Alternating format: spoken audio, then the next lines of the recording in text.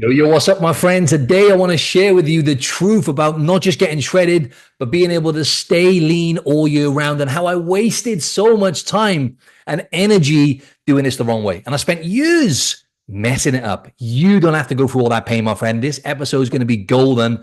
But before we get stuck into this, one more chance to enter the OYB scholarship to celebrate 6 years of my baby OYB. I'm giving one lucky person 3 months of free coaching. So I know most of you in America, 3 months from now, be the end of May, going into the summer, you'll be in the shape of your life and you will be thriving. Long story short, right? Not just physically, but mentally.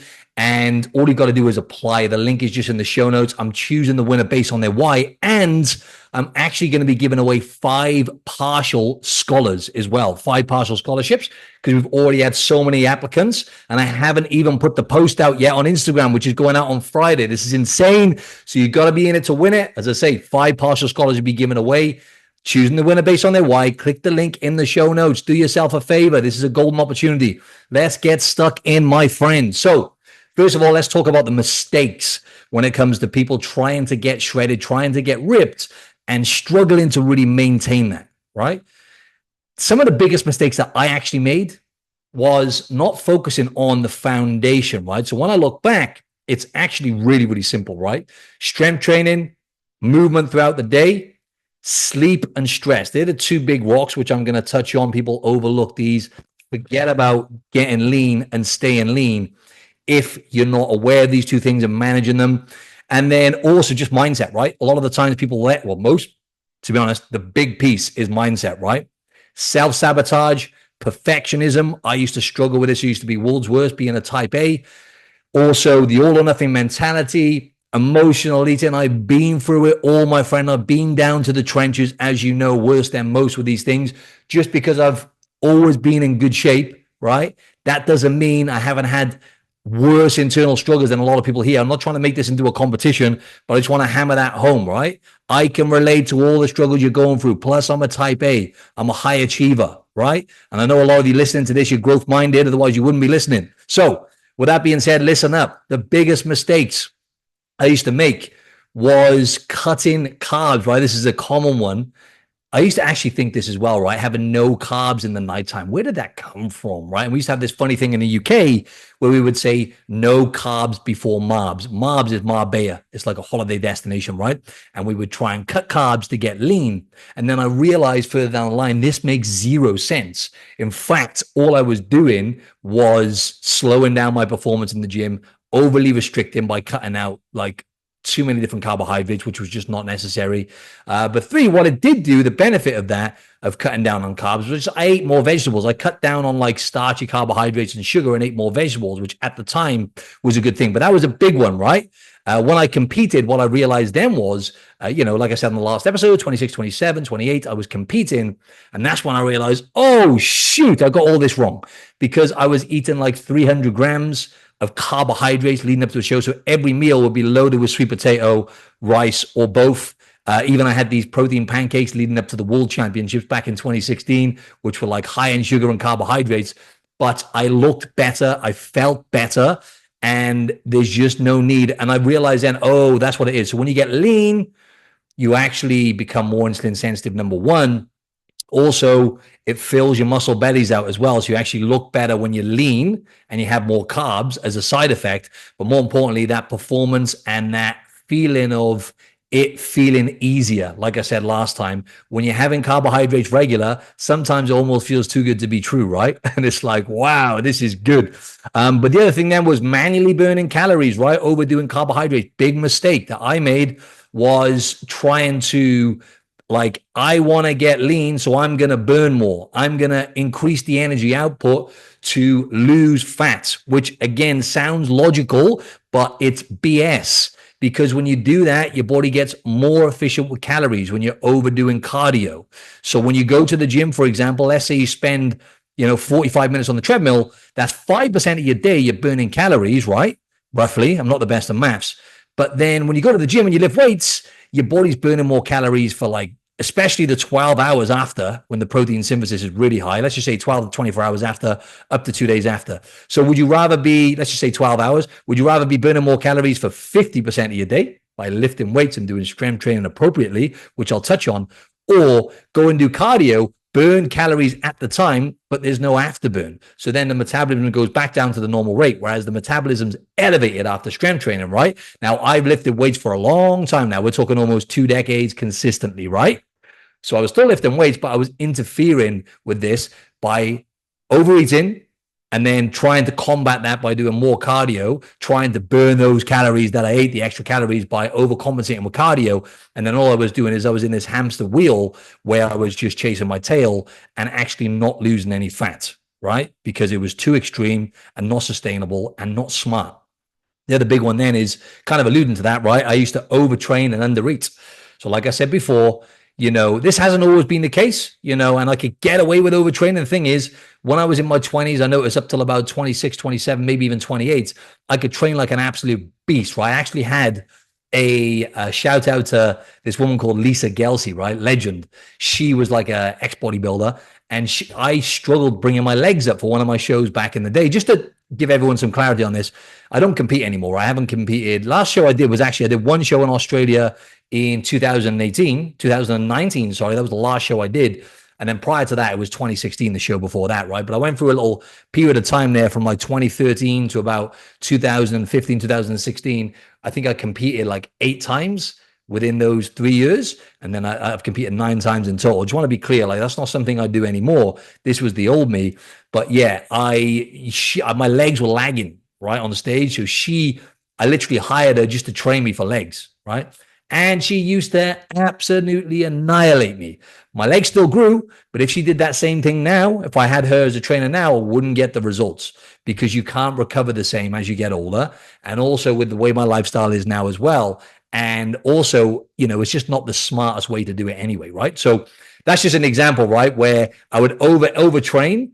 And look, what I'm trying to say here is, I could get away with overtraining in certain areas of my 20s, but even so, just because I could get away with it, that wasn't optimal, right? Yes, leading up to a bodybuilding comp, having a woman, who's an absolute savage, black belt in karate as well, I like to throw that out there, she used to annihilate me, and yet, boom, I got results short term, but that's not a long-term approach, right? That's style. And no one here is training for a bodybuilding comp, right? I think, anyway.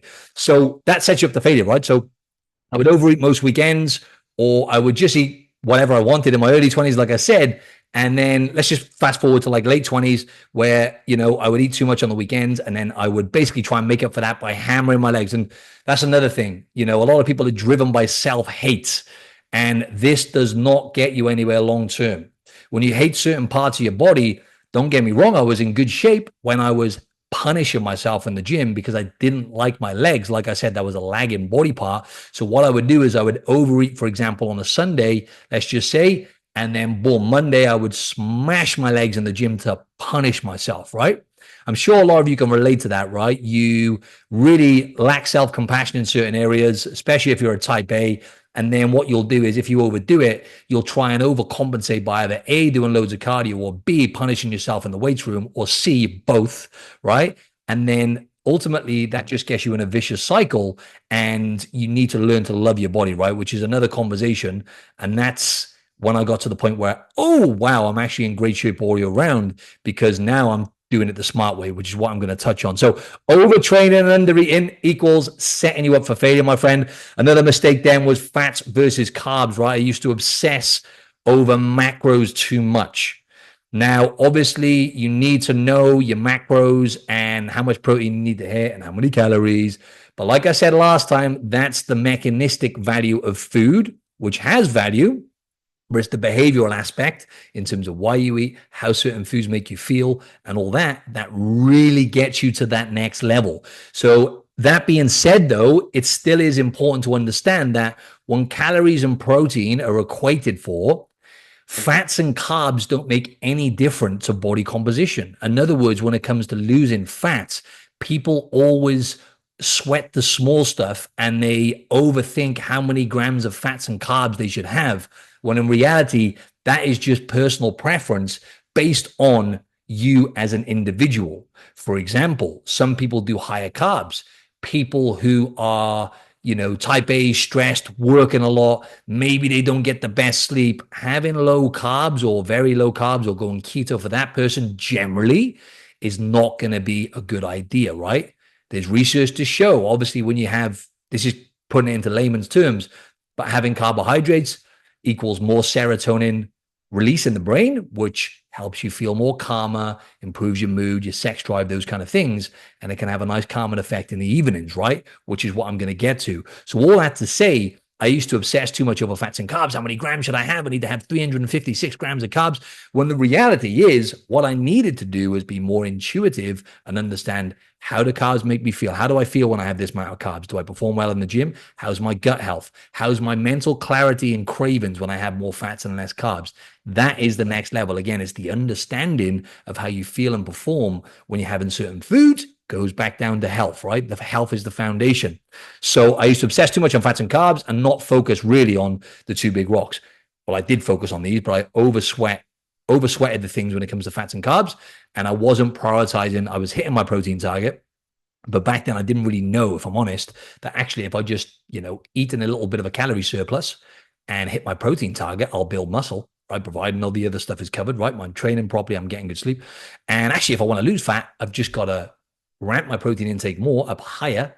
So I'm more towards the top end, and basically be, in create a deficit about 10 to 20% below my maintenance calories, and I'll actually lose fat. The fats and carbs make no difference. What they do make a difference with is obviously adherence. What can you adhere to? Like we talked about last time, right? Some people do better high carbs and it feels easier for them. Some people, it feels easier having low carbs and they feel better, right? Everyone's different. So then it's, okay, gut health, digestion, how is that, right? Because some people, when they have certain types of carbohydrates or plants or whatever, they get issues with digestion. And I fall into that category with certain plants anyway. Then it goes to performance as well, right? In the gym, there's lots of research to show that actually if you have X amount of carbohydrates, you can perform better in the gym for strength and stuff. So that was another mistake, right? Overthinking those things. And then it's the bodybuilder diet, right? I said this last time, but people normalize when it comes to getting shredded, staying lean all year round. They normalize feeling hungry. They feel like, okay, if I'm not feeling hungry, then I don't think I'm doing it right. I can't be in a calorie deficit. And they normalize that. And then they normalize it, but then they fall into these patterns of overeating on the weekends, right? Being hungry all the time is not normal. Going to bed starving, not normal.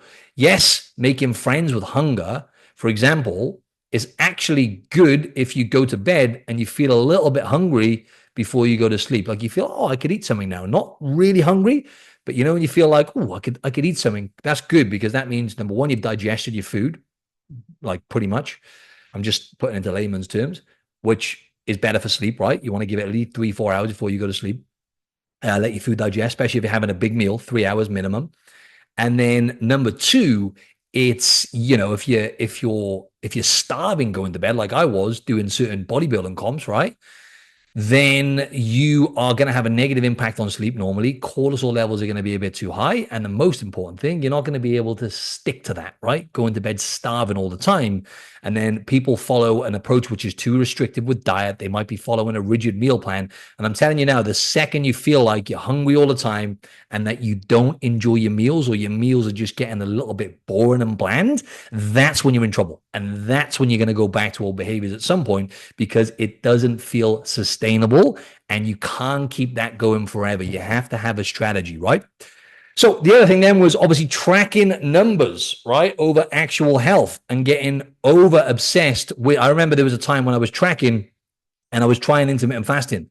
And then what I was trying to do is I was getting obsessed with hitting, like I said, a certain number of carbohydrates, right? And then what I was doing is, and calories, and what I was doing is I was, okay, I now need to fit all these carbohydrates and calories into this small window. And then I remember tracking it in advance, which is not always a bad thing. And I put it all on my calendar. And then I'm trying to throw in loads of food in the evening just so I can hit this calorie target and carbs. I was actually bulking at the time. And then I ended up just feeling like dog shit, because I was eating massive meals in the evening and getting too obsessed with the numbers and not really paying attention to, okay, what really do I need? And that is very simple. Like I said, I need to be hitting protein and being in a calorie surplus to build muscle for what my goal is, right? So that was another big challenge. Just to kind of run through them again: cutting carbs, right? Unnecessarily, not necessary. Manually burning calories instead of getting my body to burn calories a smart way, right? And just focusing more on strength training and doing even more strength training and cutting down on cardio so I could send a signal of strength and I could send an anabolic signal. In other words, pro tissue, which speeds your metabolism up, versus pare down tissue, slows the metabolism down. Then we've got overtraining and undereating, right? That will set you up to fail, my friends. That doesn't work. Fats versus carbs, right? For body composition, sorry, fats and carbs make no difference to body composition when calories are equated for. So I made the mistake of over obsessing with fats and carbs instead of really going protein, calories. Bodybuilder diet, right? And I don't even want to say bodybuilder diet, over restrictive with the food and feeling hungry all the time and trying to normalize that, particularly through the week, right? And then slipping up on the weekends and being back at square one and then focusing too much on numbers over health. So, all right, Mart, I know you're thinking, all right, what do I need to do, my man? Like, let's cut to the chase. What do I need to do? So, first of all, let me tell you exactly what my breakthrough was when it comes to being, now I'm ripped, right? And some people would say shredded. I'm not trying to blow my own trumpet here, right? But I'm in really good shape all year round, right? And this is not something I really think about anymore in terms of having to really focus on cutting down on calories, for example, doing cardio, doing certain things in the gym to promote fat loss. I don't need to do any of that because how I look now is a byproduct of my knowledge and being in tune with my body, number one. Number two is focusing on health, lifestyle changes like prioritizing sleep, right? Which is a big one. And the number one thing that gave me the breakthrough, though, is really, again, focusing on that performance and productivity over the aesthetics, right? When it comes to nutrition and the value of eating certain foods. So what I do now is, I mentioned this before, right? But I don't eat in the morning, right? Sometimes I will, but it's very rare. Most of the time I'll have 2 big meals a day and that's that, right? So I'll break my fast. Like today I broke my fast at, I think it was like 1:30 p.m., right? But normally on average, it'll be about 12 to 1 p.m. And I'll have a low carb meal, right? I don't look at it like I'm going to have low carbs. I just look at it like I enjoy these foods and they keep me satiated and I don't get a sugar crash. So generally I'll just have steak or beef mince, maybe some beef liver, maybe even chicken thighs. Then I'll have some egg yolks as well. Say every other day, I'll probably have like 6 to 8 egg yolks. I don't have the whites because they mess my gut up. Maybe some avocado. I'll cook the steak in ghee oil, so some added fats there as well. And then I'll, like I say, 3 to sometimes even 5 times in a week, I'll have my dark chocolate then, right? So I'll have like 85 to 90%. Sometimes, tell a lie, I'll actually break my fast with the dark chocolate in the morning at like, 10, 11 with a coffee to help me push through some work tasks, right? Sometimes I'll have it after my first meal at 12 or 1 p.m., right? And what I noticed by doing that and then backloading my carbs, so having the carbs, I eat carbs every day. I probably average, I don't know, probably about 150 grams of carbs a day, probably. So in the evening, I'll have, either white rice and some fruit. I said last time white rice and fruit as if I'm not going to have meat with that. I'll have a small amount of meat in the evening. So I'll have a big amount of meat with the first meal. In the evening, I'll have only literally 200 to 300 grams of meat. And then I'll have white rice. Maybe I'll throw in some fats there like avocado or olive oil as well. And then I'll have some fruit like a banana and an apple or something in the evening, right? In the week. And on the weekends, or even like 3 days a week, then sometimes even 4 days, I'll swap out the rice for Greek yogurt, fruit, and peanut butter in the evenings, right? So that's what I'll do. And then once a week, right? Oh my God, I wanted to tell you about this actually. These protein pancakes we make, they're beautiful. I'll have them like probably once or twice a week now. We literally use tapioca starch. We use eggs, right? I'll have like 3 eggs. Tapioca, we'll blend this up. Tapioca starch, 1 banana, 3 eggs, honey, and then we will blend that up and fry that in coconut oil. And then what I'll do is I'll add a bit of peanut butter. And bear in mind, right, this is a disclaimer. Not everyone can add this amount of fat so that I can get away. 4,000 calories in my maintenance, right? Don't just go add in peanut butter and add in loads of these fats I'm talking about thinking it's going to be healthy if you don't track calories and you don't know where you're at with food. You don't know where your metabolism is at in terms of your maintenance. Don't just start adding these things and say, Martin said it was healthy, right? Because it's very likely you're going to gain a bunch of fat, right? Because they are calorie dense. But I add peanut butter. I'll then add some honey. Oh man, I forgot to mention as well, this protein powder. I'm not going to shout them out. You know what? Because they didn't actually get back to my message in regards to collaborate. I'm not going to shout out the name now, right? If they get back to me, I'll shout them out. But it's a natural protein that I use here in Australia. It's literally just got 3 ingredients. It's got they use stevia as a sweetener. Just from the plant though, so it's literally stevia plant. It's not extract, it's the actual plant. It's vanilla bean, proper vanilla bean, not vanilla extract, and then grass-fed whey protein powder. The whey that comes from grass-fed, grass-finished cows, right? So I have that. Oh my God, it tastes too good, right? So I'll add a few scoops of that to my Greek yogurt. And what I've started doing is I've just started adding like the powder. I used to mix it into the yogurt, but weirdly, the powder tastes so good. I'll just leave the powder sitting there. And oh God, it's so good. And I'll add that to my pancakes as well. And it is beautiful, right? So that's just a breakdown of my nutrition, right? Pretty straightforward. But all that to say, that's the kind of stuff I'll do. So in the evening now, I'll have my carbohydrates, and then I feel a bit calmer. I work a lot, right? So I'll still do a little bit of work after that, but I get all my high energy stuff out of the way, obviously in the day and in the morning, particularly when I'm in that fasted state, because that's when I'm more productive. So that's what really got me that breakthrough, was really focusing on that performance, productivity, mental clarity, how certain foods affect my gut health. That's the number one thing. Look, if you can get, consistent digestion every single day, where you're in the morning, you're having a poo, right? Sorry to be crude. If you're eating now, I'm sorry about that. You shouldn't be anyway, because I mentioned last time about mindless eating, right? Actually, no, if you're listening to this, I'm going to let you off, but you shouldn't be watching this and eating at the same time, right? Because you're distracted. Anyway, digestion, regular stool, once a day, you should be going to the toilet, and normally at the same time of day as well, if you've got that right rhythm, because circadian rhythm. And like, for example, there's even a thing called like they call it jet lag for the gut now. Like if you have jet lag, it messes up all your whole digestive system. So look, if you're doing that regular, all those things are what I really paid attention to, and ultimately my performance as well in the gym, which I'll touch on next. So eating for performance, productivity, mental clarity, health, and understanding the value of that is what got me to the next level. And there's a side effect of that. Then the beautiful thing is I'm eating in a smaller window. I guess my body's in the fat burning zone as well, because I train in the mornings as well, right? So I'll train, and don't get me wrong, like lately, if I'm hungry, I'll break the fast a little bit earlier. So if I get hungry at like 10:30, 11 a.m., I'll just have some Greek yogurt and the protein powder, right? Or I'll just have a shake sometimes. If I'm, I don't push through the hunger too much anymore. I used to do that a lot, and it's not good to do that all the time.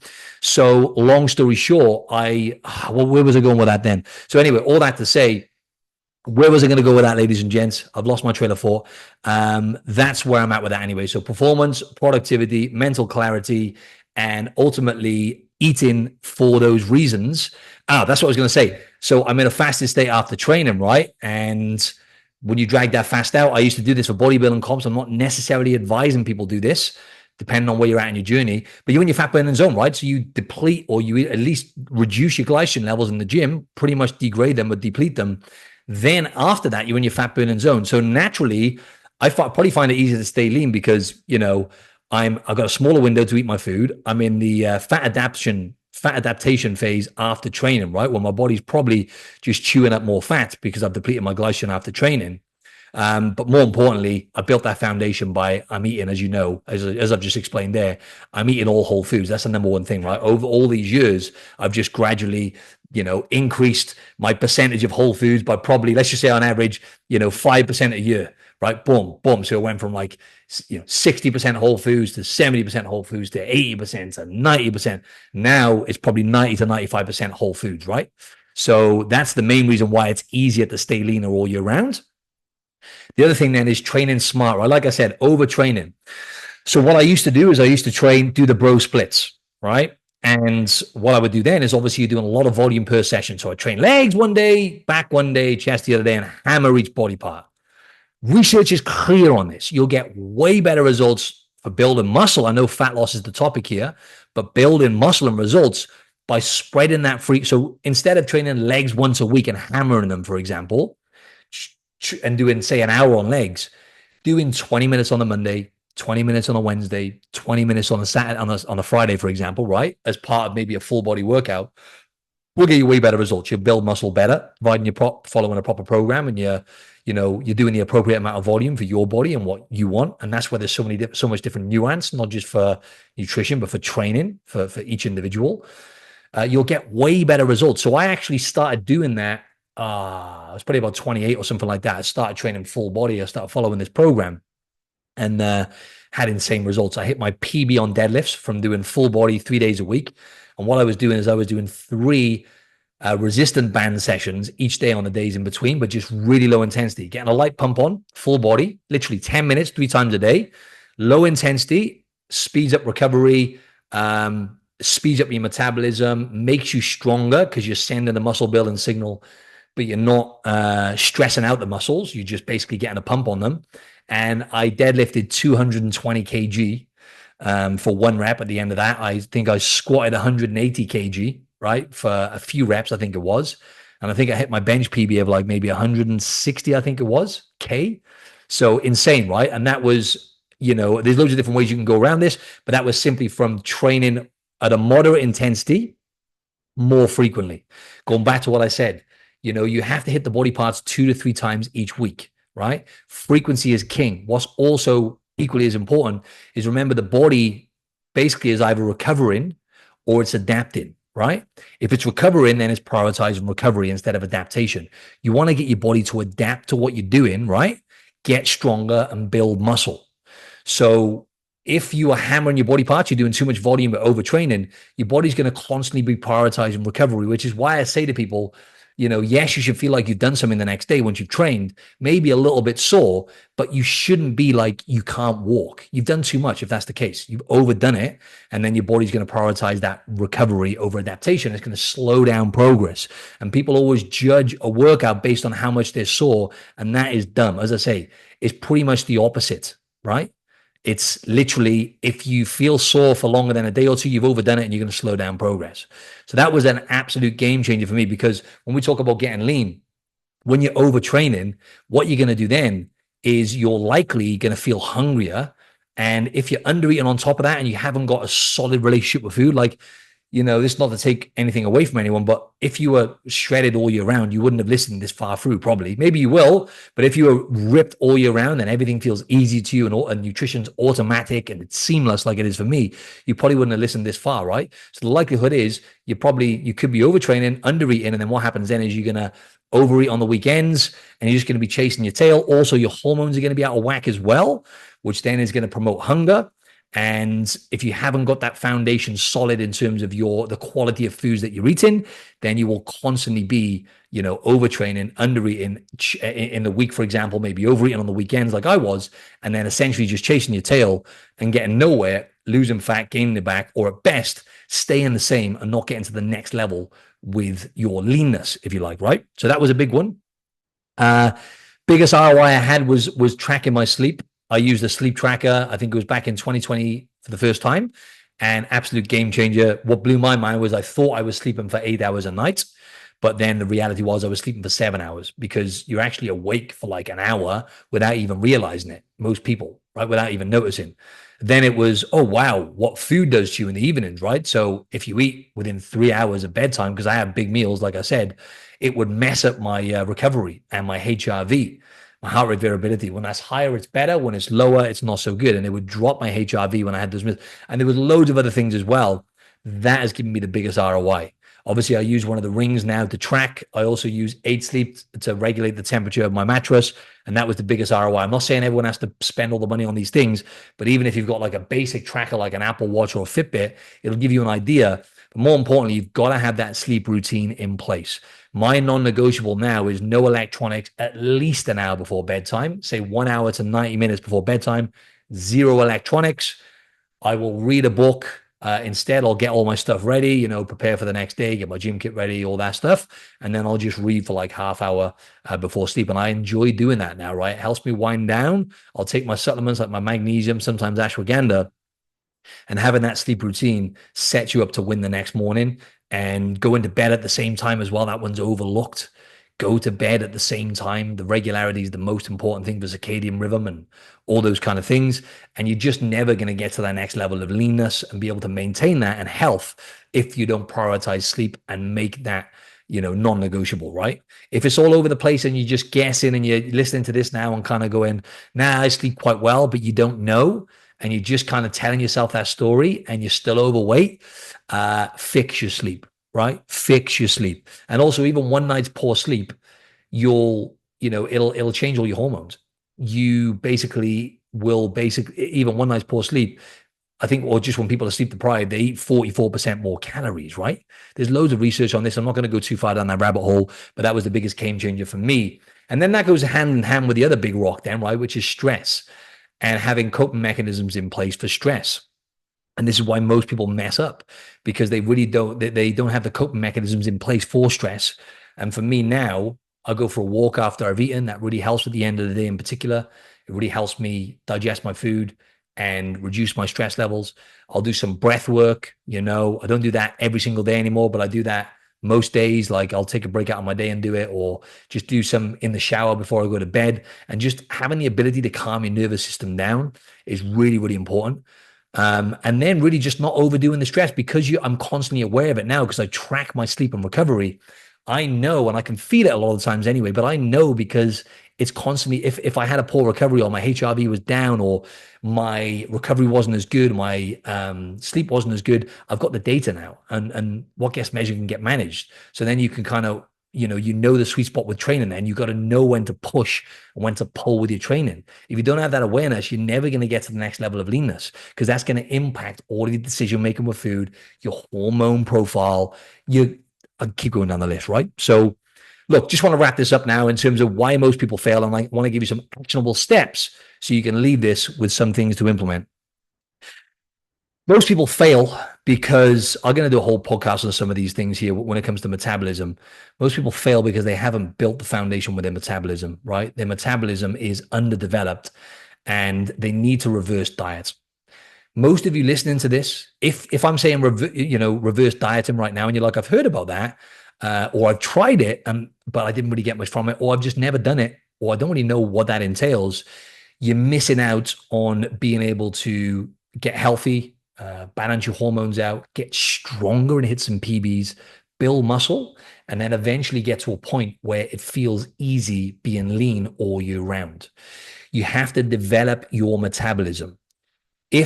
Like I said before, when you reverse diet, right, what this looks like is this is slowly increasing your calories strategically.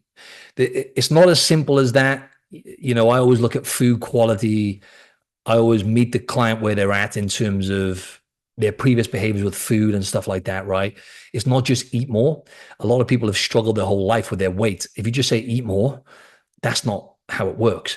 You got to have a strategy. So, for example, the way I do it with most clients is, everyone's different, right? But based on the training phase they're doing, let's say the training phase lasts 4 weeks on average. Every 4 weeks, we'll add anywhere between 50 to 150 calories to their daily intake. And we do that strategically with whole foods and essential nutrients primarily, and carbohydrates as well.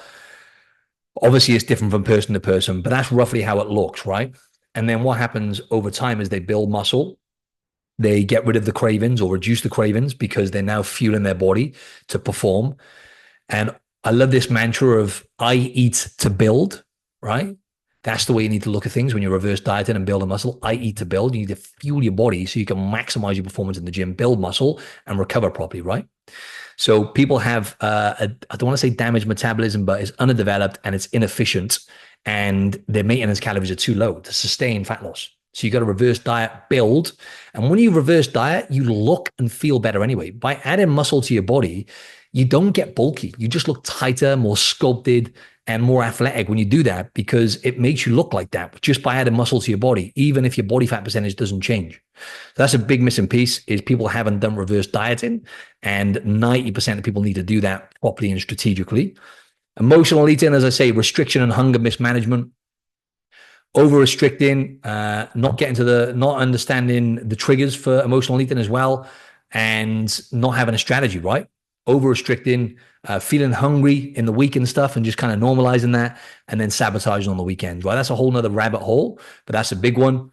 Strength training, for most people listening to this, if you're a type A or if you're a high achiever and you struggle with things like self-compassion and you're consistent with your training, you're in motion, you enjoy that part, but you struggle with the other stuff, then you need to focus on less is more.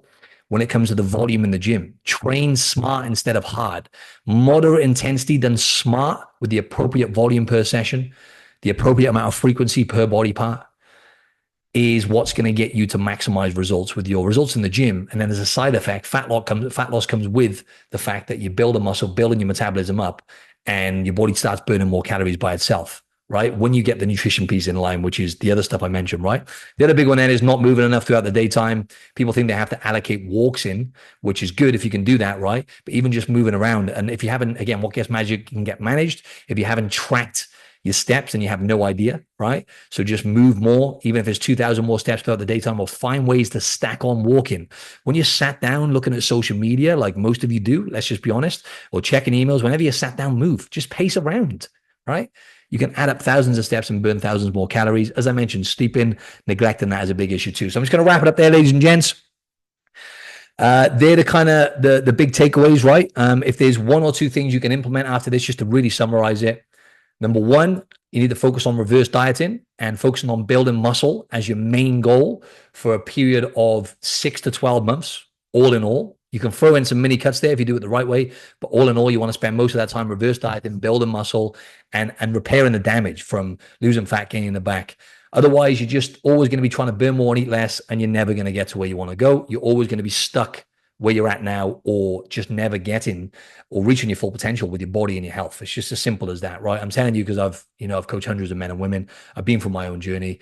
I've coached people for the last 15 years, right? Just trust me on this. That's one thing I'd recommend doing, is just focusing on that and doing that properly. And I know that's kind of like, how do I do that, right? I've just kind of explained that there. But if you can build a muscle and eating to build as your number one goal, and just track the metrics as well. Get a DEXA scan, jump on the scales, or, get some sort of scan so you can track the body composition, say every 3 months, and see what track you're on there.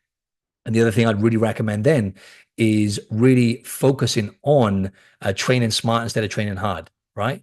So follow a proper training program, right? Do that, okay? Rather than guessing, freestyling workouts. And if you can switch to doing full body 3 times a week, right? And then doing really like light mobility and band stuff on the days in between, right? You'll get better results doing that. Or another option would be just to go and get a light pump using machines on the days in between those full bodies. And, it'll blow your mind in terms of the results you get. But, from just listening to me say this, it's something that you need to really, most people, if you're a type A, you're just going to overdo the intensity and you're not going to get the results. So that's why with bands and mobility, you're going to find it harder psychologically to do that, but you can't really cross the line when you're using those on the days in between. Drop me anyway. Look, I'm happy to send you over a training program, to be honest. Like, I've got a really good one that just works for most people. Drop me a DM on Instagram with the word, just drop me a DM on Instagram at Martin Silver Fitness. It's in the show notes. Happy to send you over a program, and I'd love to get your feedback anyway. So just do that, and I'll send you over some stuff, and I'll even give you some advice on reverse dieting. Right, there we are. Good opportunity for us to connect, and I'm really happy to help you. I really appreciate everyone in the audience. So DM me at Martin Silver Fitness. And just to wrap this up and just remind you, the one-to-one scholarship, don't forget the links in the show notes. Look, you got a chance to work one-to-one with me, and obviously I cover everything: customized nutrition, training, lifestyle, mindset, everything's all in. You've got me in your corner. You're going to be part of a thriving community. And all you got to do is be in it to win it. And not only is one person going to win 3 months of free coaching, 5 partial scholars, right? So, don't miss it, because I've only ever done this once before, and this is very rare that I do this. So click the link below to apply in the show notes, and leave a rating and review. One more thing, ladies and gents, please, right? If you like the episode, even if you don't like the episode, right? I'd love to get your feedback, right? Now, if you don't like the episode, I prefer you just DM me at Martin Silver Fitness rather than give me a shit review when I think about, right? Because then I'm open to constructive criticism, and I can improve. But yeah, basically just like, comment beneath the video on YouTube, like I said, and give me a rating on Spotify. There's a star rating there. Just do that. And if you're on iTunes, give me a rating and review using the stars and the comment thing there, right?